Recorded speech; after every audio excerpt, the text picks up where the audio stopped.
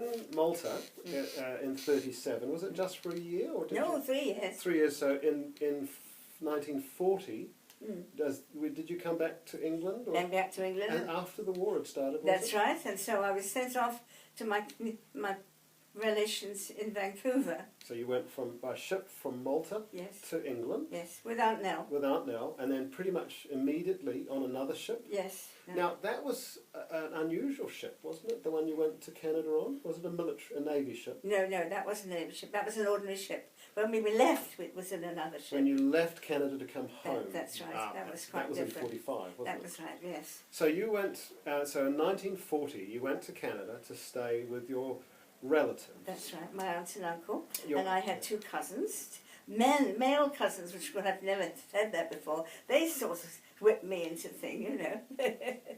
And was it something to do with maple syrup?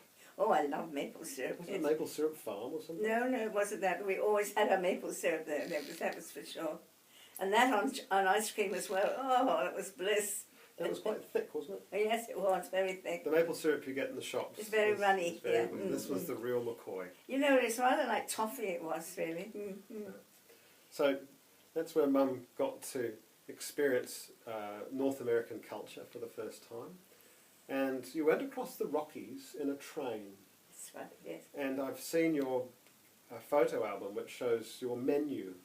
It's like 50 cents for a glass of Coke and things like that. It was all very nice. So that was going to them? Yes, that's right, yes. And because I'd never slept on a train before or anything like that. But everybody was so kind, and because I had a different accent, they all wanted to know where I came from and things, you know. I lost my accent very quickly, though, when I was at school. Everybody laughed at me so much, and they would try and copy me and things like that. So I learned to speak Canadian very quickly.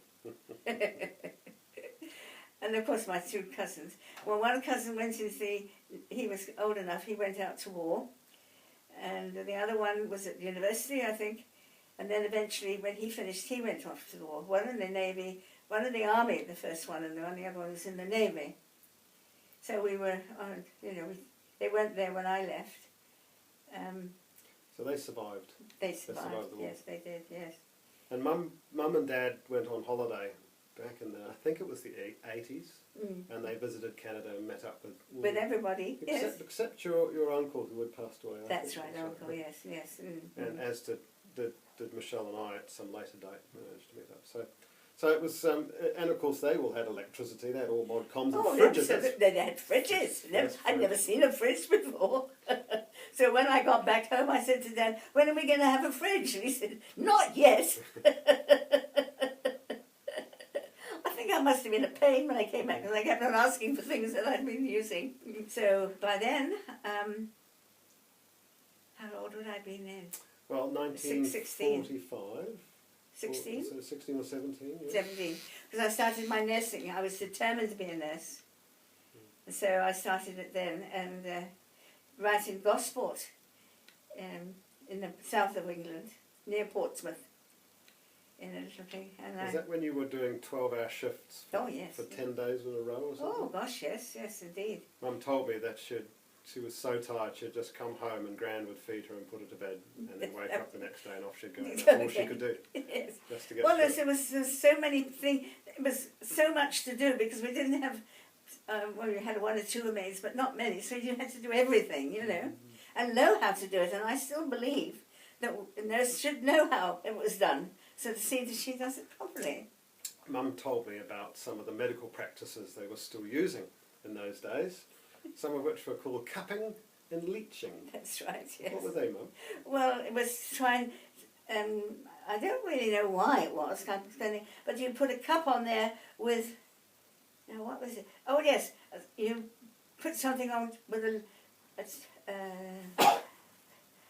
with burning? Yes, so it's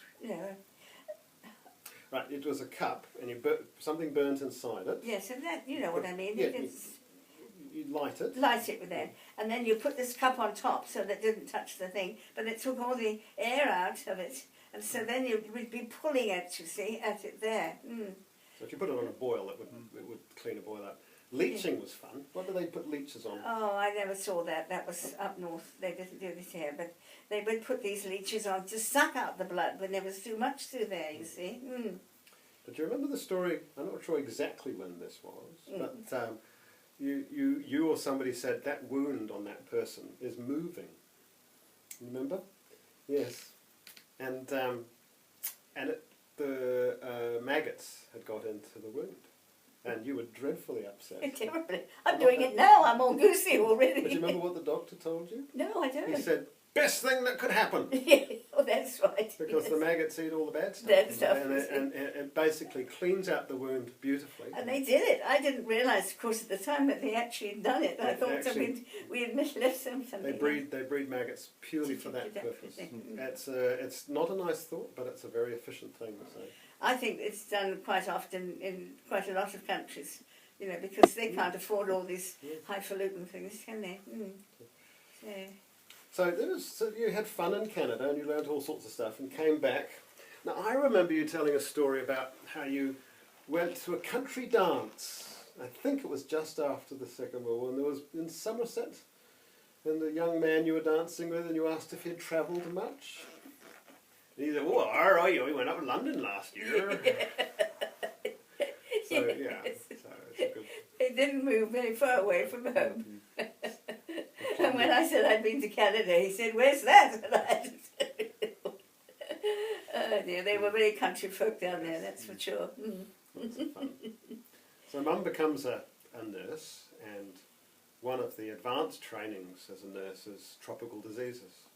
Mum was also working in the burns unit. Was that before? Yeah, it was before that, yes. Which was a very, very sad place, because at that time, if you had a certain amount of burns, especially the children's hospital, you would die.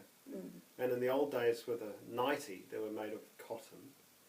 And if that burnt, you'd have your whole body burnt except for your face. And what did they call that? Angel burns? Something like that. Something like an angel burn. So that just the face was left.